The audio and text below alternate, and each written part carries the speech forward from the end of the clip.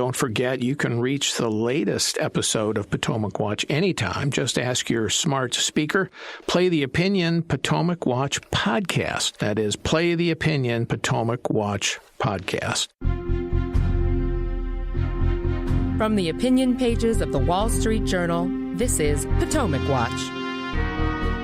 Welcome back. I'm Paul Gigot here on Potomac Watch with Kim Strassel and Bill McGurn. It is, I think, illustrative, this Gaza gambit, Kim, of the Trump method in foreign policy. He has been, particularly here, since his return to power and in the transition, been throwing little smoke bombs out into world affairs. Panama wants to take the canal back. Greenland, hey, we'd like to buy it. Canada, you think about 51st state, Mexico and Canada. We're going to hit you with gigantic tariffs if you don't help me on fentanyl on the border. There's a sense of this is not Donald Trump that we don't want to intervene in the world.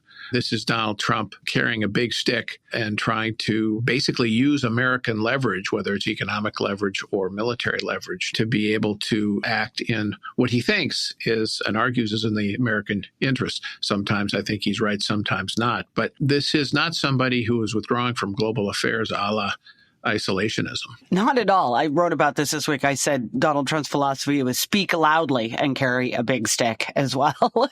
And that seems to be the modus operandi so far. And by the way, I think that leverage is something that really can be used. If you look at what's come across so far, I mean, it's interesting. Panama is open to working more closely with the United States, less so with China. Okay, that's the right direction. I think these tariffs were overblown for what modest concessions were given in the end by Mexico and Canada. I saw that the Prime Minister of Denmark says, I think there's some real cooperation to be had with the United States, and we all need to care more about the security of the Arctic, and Russia is a real problem, and maybe we can expand American footprints in Greenland.